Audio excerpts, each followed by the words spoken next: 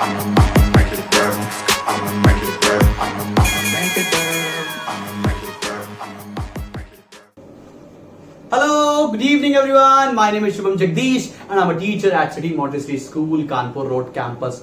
Alright class, तो पिछले chapter में मैंने chapter number 5 introduction of management पढ़ाया था. जिन्होंने नहीं देखा है तो ये आई बटन पे क्लिक करेंगे और उनको उस वीडियो का लिंक मिल जाएगा. प्लीज देख लो, तभी ये चैप्टर समझ में आने वाला है. So this is chapter number 6 और इस चैप्टर नंबर 6 में हमें पढ़ना क्या है. चैप्टर का नाम है प्रिंसिपल्स ऑफ मैनेजमेंट. इसके अंदर हमें पढ़ना है बेटा nature of principles of management, need for principles of management, फिर टेलर के 5 प्रिंसिपल्स और फयोल के 14 प्रिंसिपल्स ही पढ़ने हैं.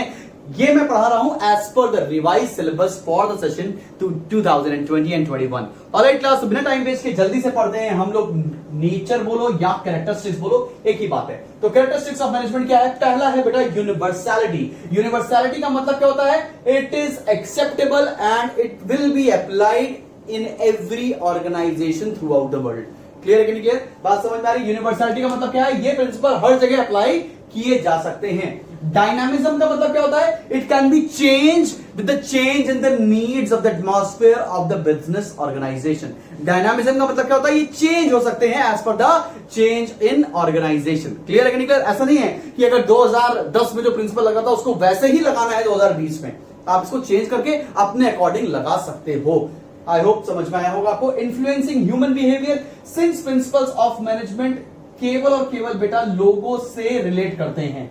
ठीक है ना? आप मैनेजमेंट, आपके पर्टिकुलर ऑर्गेनाइजेशन में एम्प्लॉइज हैं, आपको एम्प्लॉइज की तरह से रिएक्ट करना पड़ेगा.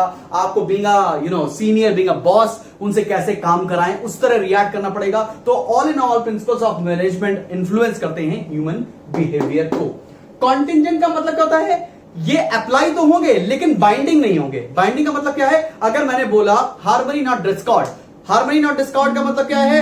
बिजनेस ऑर्गेनाइजेशन में भैया हार्मनी होनी चाहिए, लड़ाई झगड़ा नहीं होना चाहिए, तो इससे आपका बिजनेस प्रॉफिटेबल हो जाएगा. क्या इसी से बिजनेस प्रॉफिटेबल होगा? नहीं. तो ये अप्लाई होते हैं लेकिन इन्फोर्सेबल नहीं होते. मतलब ऐसा नहीं है कि भैया ये लगा दिया तो 100% रिजल्ट आएगा ही आएगा. क्लियर है? कॉन्टिंजेंट है. हो सकता है ये आपके बिजनेस में अप्लाई हो सकता है आपके बिजनेस में ना अप्लाई हो, या किसी और दूसरे रूप में आपके बिजनेस में अप्लाई हो. नेक्स्ट है cause and effect relationship. Cause and effect relationship का मतलब क्या होता है? प्रिंसिपल्स में भी एक कॉज है और उसका इफेक्ट है.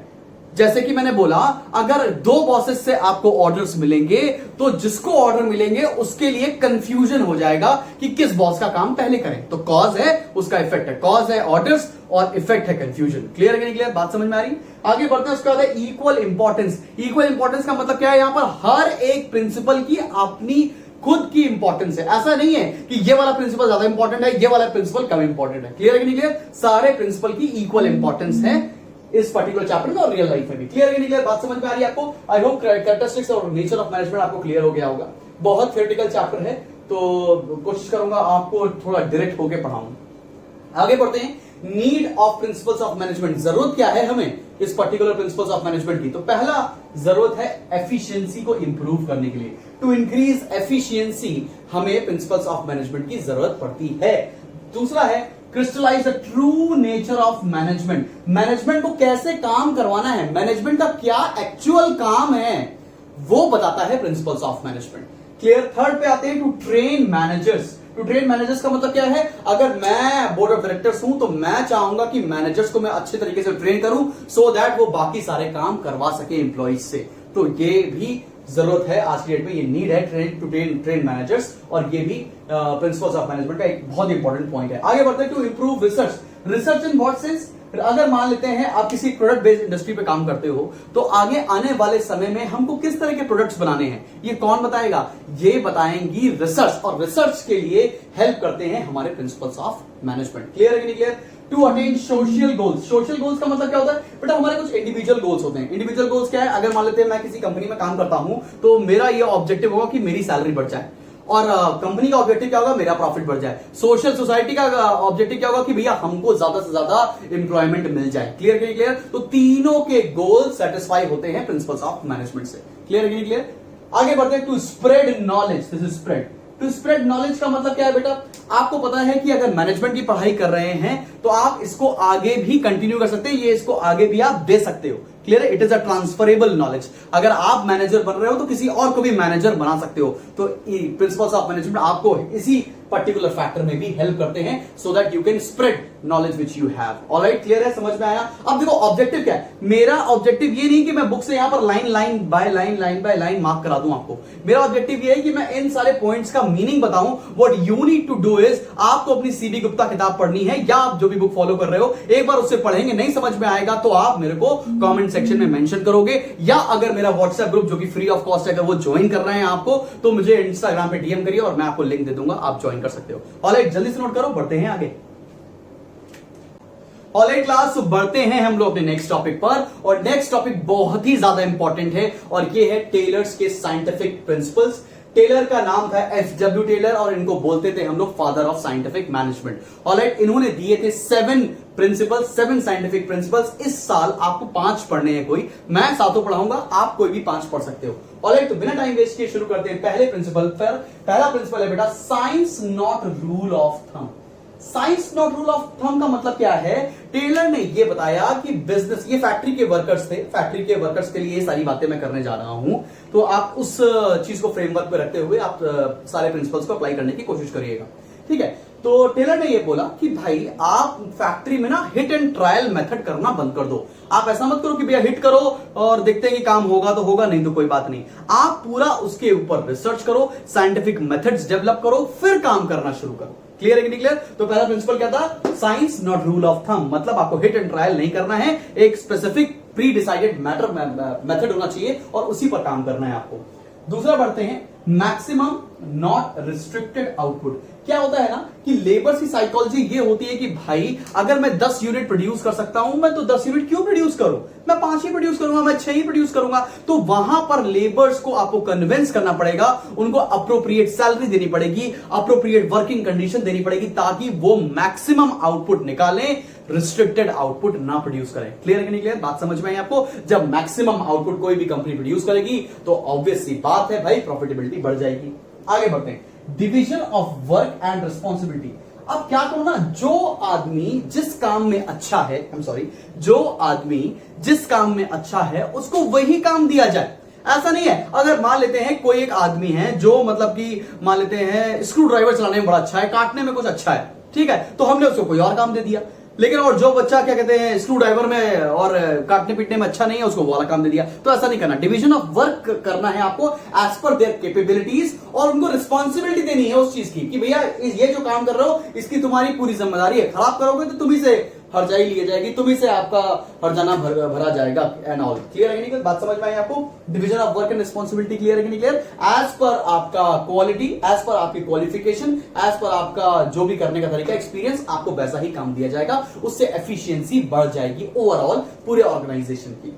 ऑलराइट, आगे बढ़ते हैं। नेक्स्ट पॉइंट है बेटा, harmony not Discord. Harmony not Discord का मतलब क्या होता है बेटा? अगर किसी पर्टिकुलर ऑर्गेनाइजेशन में राइट्स होते रहे या लेबर यूनियन आपस में लड़ती रहे तो वहां पर काम नहीं हो पाएगा। तो ऑर्गेनाइजेशन मैनेजमेंट का काम यह है कि भाई आप अपने बिजनेस सेक्टर में हार्मनी रखो, प्यार मोहब्बत से काम करवाओ, लड़ाई झगड़े से नहीं, ठीक है? आगे बढ़ते हैं, फिर है scientific selection training and development. Scientific selection training and development का मतलब क्या होता है बेटा? अगर जब भी हम किसी को नौकरी पर रख रहे हैं तो एक साइंटिफिक मेथड से उसको सिलेक्ट करें, मतलब पेपर लें या जो भी आपको एग्जाम लेना है वो एग्जाम कंडक्ट कराएं, कंडक्ट कराने के बाद उसको ट्रेनिंग देने के बाद बताएं कि भैया आप ऐसा सा काम करोगे, ये ग्रोथ प्रोस्पेक्ट्स है, तो मतलब उसको डेवलपमेंट के भी ऑप्शन मिले। तो आप साइंटिफिकली सेलेक्ट करो, उसको ट्रेनिंग दो ताकि वो आपके पर्टिकुलर ऑर्गेनाइजेशन में डेवलप करे। क्लियर है नहीं क्लियर? बात समझ में आ रही है? Scientific selection training and development. आगे बात करते हैं स्टैंडर्डाइजेशन। स्टैंडर्डाइजेशन का मतलब होता है बेटा, हर एक चीज की एक जगह होती है, वो वहीं पर रखा होना चाहिए। क्लियर कि नहीं क्लियर? अगर स्क्रू ड्राइवर रखने की जगह ये है तो स्क्रू ड्राइवर यहीं पर रखा होना चाहिए। वर्किंग कंडीशन आपकी अच्छी होनी चाहिए, तो ऐसा नहीं कि हर चीज बिखरा हुआ है फैक्ट्री में तो आपकी प्रोडक्टिविटी कम होती जाएगी। स्टैंडर्डाइजेशन का मतलब समझ में आ गया आपको? नेक्स्ट इज मेंटल रिवोल्यूशन, और ये बहुत ज्यादा इंपॉर्टेंट पॉइंट है बेटा। मेंटल रिवोल्यूशन का मतलब क्या है?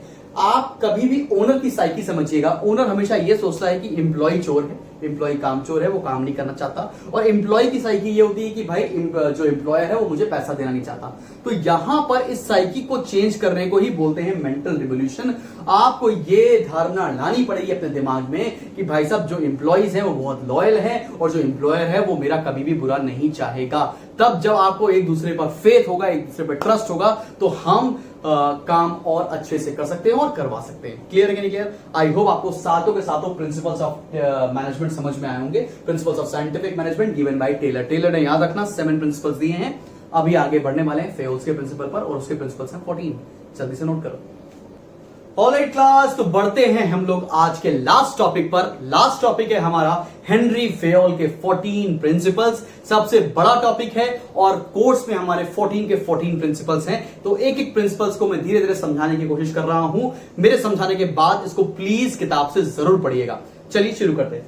पहला जो प्रिंसिपल है बेटा उसका नाम है डिवीजन ऑफ वर्क। अभी इसी से सिमिलर प्रिंसिपल भी हम लोगों ने पढ़ा है साइंटिफिक मैनेजमेंट में। डिवीजन ऑफ वर्क का मतलब समझ में आ रहा है आपको कि भाई आप पहले काम को डिवाइड कर लीजिए, फिर उस पर लोगों को असाइन करिए। मान लेते हैं मेरे ऊपर अगर मैं एक बेकरी चलाता हूं तो बेकरी में मैंने क्या कहा कि जो रॉ मटेरियल्स लेकर आएगा उसका काम अलग है और जो उसको प्रोसेस करेगा उसका काम अलग है, जो उसको पैक करेगा उसका काम अलग है और जो उसको सेल करेगा उसका काम अलग है। Clear clear? तो मैंने आपके वर्क को डिवाइड कर दिया इनटू डिफरेंट डिफरेंट एक्टिविटीज और एक एक आदमी को वो डिफरेंट डिफरेंट वर्क को असाइन कर दिया। समझ में आया पहला पॉइंट आपको? डिवीजन ऑफ वर्क क्लियर है? आगे आते हैं बेटा। Next point is authority and responsibility. Authority का मतलब क्या है? अगर मैंने बोला किसी आदमी को काम करने के लिए कि भाई तेरे को ये काम करना है, तो उसकी रिस्पॉन्सिबिलिटी भी उसको साथ में दो कि अगर वो नहीं करेगा तो उसकी अकाउंटेबिलिटी भी उसी की है। क्लियर है कि नहीं क्लियर? जैसे मैंने ये बोला कि मैंने मान लेते हैं एक आदमी ए है, आदमी ए से बोला भाई तू रॉ मटेरियल लेकर आएगा, मैंने उसको अथॉरिटी दी, ये ले पैसे, तू रॉ मटेरियल लेकर आएगा अगले 1 साल तक, और अगर वो रॉ मटेरियल नहीं लेकर आया तो उसी की रिस्पॉन्सिबिलिटी है and he will be held accountable for this problem. Clear है कि नहीं क्लियर? बात समझ में आई? तो अगर किसी को अथॉरिटी दे रहे हो तो साथ में अकाउंटेबिलिटी या रिस्पॉन्सिबिलिटी भी दीजिए। आगे बढ़ते हैं। डिसिप्लिन। डिसिप्लिन का मतलब क्या है? आपके एक ऑर्गेनाइजेशन के अंदर क्योस होना चाहिए, प्रॉपर डिसिप्लिन होना चाहिए, एक तरीका होना चाहिए, कोड ऑफ कंडक्ट होना चाहिए काम को करने का, उठने बैठने का, बात करने का, सीनियर्स की रिस्पेक्ट करने का, ऑर्डर्स टेकअप करने का। क्लियर कि नहीं क्लियर? बिल्कुल भी क्योटिक सिचुएशन नहीं होनी चाहिए। अगर ऐसा होता है तो आपका आउटपुट सफर करेगा। बढ़ते हैं नेक्स्ट पर। नेक्स्ट है unity of command. Unity of command का मतलब होता है बेटा कि एक सबॉर्डिनेट को एक सुपीरियर से ही ऑर्डर मिले। अगर एक सबॉर्डिनेट को कई सुपीरियर से ऑर्डर मिलेगा उस जगह पर कंफ्यूजन होगा और वो सही से काम नहीं कर पाएगा, कंफ्यूजन की प्रॉब्लम आ जाएगी। बढ़ते हैं आगे। Next is unity of direction. Unity of direction का मतलब क्या है? यूनिटी ऑफ डायरेक्शन का मतलब होता है बेटा वन हेड वन प्लान। एक जैसे जो एक्टिविटीज होती हैं उसको क्लब करो, उनको उसके लिए एक प्लान बनाओ और एक आदमी को उसका हेड बनाओ ताकि वो दूसरों से काम करवा सके। क्लियर है कि नहीं क्लियर? बात समझ में आई आपको? यूनिटी ऑफ डायरेक्शन समझ में आया बेटा? आगे बढ़ते हैं। नेक्स्ट पॉइंट है बेटा हमारा subordination of individual interest with general interest. Individual interest क्या होता है? मेरा सैलरी बढ़ जाए। जनरल इंटरेस्ट और क्या कहते हैं ऑर्गेनाइजेशन का इंटरेस्ट क्या होता है? मेरा प्रॉफिट बढ़ जाए। तो वहां पर दोनों के इंटरेस्ट को एट पैरेलल आपको सिंक्रोनाइज करना पड़ेगा। अगर मैं ये बोल दूं कि आउटपुट अगर जितना ज्यादा प्रोड्यूस करोगे, अगर मान लेते हैं एक लेबर है, मैंने बोला वो 100 आउटपुट प्रोड्यूस करता था मंथ में, मैंने बोला ठीक है 100 आउटपुट तो तू प्रोड्यूस करता ही है, 100 से जितना ज्यादा प्रोड्यूस करेगा उससे उस पर आपको 10% बोनस दिया जाएगा। तो क्या होगा? उसका भी इंडिविजुअल इंटरेस्ट था ना पैसा ज्यादा कमाने का, वो भी पूरा हो जाएगा, और जो ऑर्गेनाइजेशन है कि मेरा ज्यादा आउटपुट प्रोड्यूस हो जाए वो भी पूरा हो जाएगा। तो subordination of individual interest with general interest. Clear है? बढ़े आगे बढ़ते हैं। रेम्यूनरेशन। रेम्यूनरेशन का मतलब क्या है बेटा? जो सैलरी वेजेस हम एम्प्लॉइज को देते हैं अगर वो जस्ट नहीं है तो कभी भी कोई भी स्टाफ टिक कर अच्छे समय तक के लिए काम नहीं करेगा। तो जो जैसा काम करता है उसको उसका राइटफुल और जस्ट सैलरी जरूर देनी चाहिए। आगे बढ़ते हैं। Centralisation and decentralisation. सेंट्रलाइजेशन का मतलब क्या होता है? डिसीजन मेकिंग पावर केवल एक के हाथ में होना। डिसेंट्रलाइजेशन मतलब क्या होता है? डिसीजन मेकिंग पावर आपने कई लोगों के हाथ में डेलीगेट कर दी है, ट्रांसफर कर दी है। क्लियर है कि नहीं क्लियर? अभी क्या होता है ना कि आप पूरी तरह से सेंट्रलाइजेशन भी नहीं होना चाहिए, पूरी तरह से डिसेंट्रलाइजेशन भी नहीं होना चाहिए। There should be a blend, there should be a balance between centralisation and decentralisation, so that जब आपको चाहिए कि डिसीजन बहुत इंपॉर्टेंट है तो सोच समझकर सेंट्रलाइज अथॉरिटी ले, और आपको लगता है कि जब डिसीजन क्विक लेना है तो आप उस पर्टिकुलर चीज को आप डेलीगेट भी कर सकते हो, डिसेंट्रलाइज भी कर सकते हो। क्लियर? आगे बढ़ते हैं स्केलर चेन। स्केलर चेन का मतलब क्या होता है बेटा? अगर डिफरेंट डिपार्टमेंट्स हैं, departments A B C D E F G H, ये मान लेते हैं प्रोडक्शन डिपार्टमेंट है और ये सेल्स डिपार्टमेंट है, तो क्या होता है ना, अगर एक प्रोडक्शन डिपार्टमेंट का आदमी सेल्स डिपार्टमेंट के आदमी से बात करना चाहता है तो आइडियली तरीका क्या होता है? पहले यहां से यहां जाए, यहां से यहां जाए, यहां से यहां जाए, फिर इंफॉर्मेशन फ्लो हो। पर आज की डेट में स्केलर चेन की वजह से आप यहां से यहां डायरेक्ट बात कर सकते हो, और इस प्रोसेस या इस चेन को बोलते हैं gang plank, GANG PLANK, gang plank. Alright, समझ में आया आपको स्केलर चेन? नेक्स्ट है बेटा ऑर्डर। ऑर्डर यहां पर ये नहीं है जो आपको सुपीरियर दे रहा है, ऑर्डर का मतलब यहां पर है हर एक चीज की पर्टिकुलर प्लेस होनी चाहिए। क्लियर है कि नहीं क्लियर? और अगर ऐसा नहीं होगा तो आपकी प्रोडक्टिविटी हैम्पर होगी। समझ में आ रही बात? इक्विटी, इक्विटी का मतलब क्या है? Equal importance. मान लेते हैं आपके वहां एक कोई वर्कर मेल है और दूसरा अगर कोई वर्कर फीमेल है, तो आप ऐसा नहीं कर सकते हैं कि मेल को ज्यादा सैलरी दें और फीमेल को कम सैलरी दें फॉर इक्वल वर्क। क्लियर है कि नहीं? There should be equality between everyone. आगे बढ़ते हैं, नेक्स्ट पॉइंट पर आते हैं, stability of tenure. Stability of tenure का मतलब क्या होता है बेटा? कि एक एम्प्लॉय को बताना कि कम से कम आप इतने दिन तक तो काम करने वाले हो। अगर स्टेबिलिटी ऑफ टेन्योर नहीं होगा, अगर एम्प्लॉय के मन में हमेशा ऐसा डर रहेगा कि मेरे को ये ऑर्गेनाइजेशन कभी भी निकाल सकता है, तो वो कभी भी मन लगा के काम नहीं करेगा, वो हमेशा ये सोचता रहेगा कि मुझे दूसरी जॉब कैसे मिल जाए। तो जब भी किसी एम्प्लॉय को रखें, एटलीस्ट उसको ये बता दें कि मैं इतने टाइम के लिए आपको रखने वाला हूं, उसका टेन्योर फिक्स करते हैं। क्लियर है कि नहीं क्लियर? उससे वो मन लगा के काम कर सकता है। 14th is initiative. इनिशिएटिव का मतलब क्या होता है? अगर कोई लोअर लेवल का एम्प्लॉय भी है और वो कुछ इनिशिएटिव लेकर अपनी ऑर्गेनाइजेशन या बिजनेस ऑर्गेनाइजेशन के लिए कुछ करना चाह रहा है, कुछ बताना चाह रहा है, कुछ उसके सजेशंस हैं, तो उसको भी टेकअप किए जाएं। मैनेजर्स को उसका ध्यान रखना चाहिए, उसके भी रिव्यूज को केटर करना चाहिए और उसको इंप्लीमेंट करना चाहिए अगर वो सही है तो। आगे बढ़ते हैं, एस्प्री दे कॉर्प्स। एस्प्री दे कॉर्प्स लास्ट प्रिंसिपल है और ये है बेटा हमारा टीम स्पिरिट का। टीम स्पिरिट का मतलब क्या? अगर हमारी यूनिटी इन स्ट्रेंथ होगी, अगर पूरे ऑर्गेनाइजेशन में सारे एम्प्लॉइज मिलकर काम करेंगे, तो कभी भी किसी भी तरीके की सिचुएशन को आप ओवरकम कर सकते हो। चाहे रिसेशन हो, चाहे पैंडेमिक हो, अगर यूनिटी है पूरे ऑर्गेनाइजेशन में तो किसी भी तरह की प्रॉब्लम को आप ओवरकम कर ले जाओगे। क्लियर है? क्लियर? आई होप आपको ये चैप्टर समझ में आया होगा। इतना ही चैप्टर हमारे सिलेबस में है, तो प्लीज यहां तक पढ़िए। कोई डाउट आता है तो कमेंट सेक्शन में मेंशन करो, और अगर व्हाट्सएप ग्रुप ज्वाइन करना है तो DM करो मुझे इंस्टाग्राम पर। Alright class, this was Shubham Jagdish. Thank you.